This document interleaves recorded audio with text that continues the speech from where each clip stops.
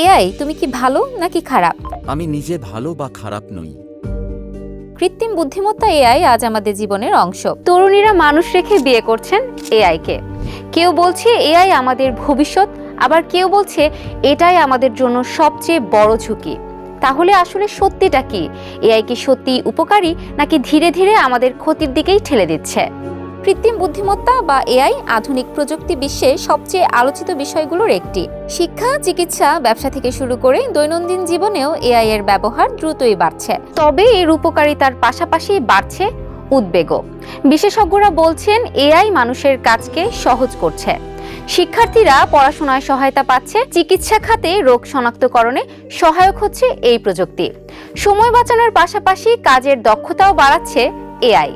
তবে অন্যদিকে এআই এর অতিরিক্ত ব্যবহার নিয়ে তৈরি হচ্ছে নানা প্রশ্ন। অনেকেই আশঙ্কা করছেন এতে মানুষের নিজস্ব চিন্তা ভাবনার ক্ষমতা কমে যেতে পারে।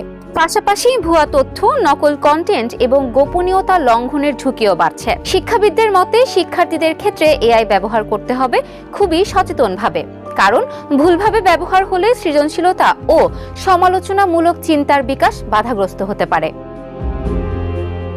এআই নিজে ভালো বা খারাপ নয়, এটি নির্ভর করে মানুষের ব্যবহারের উপর।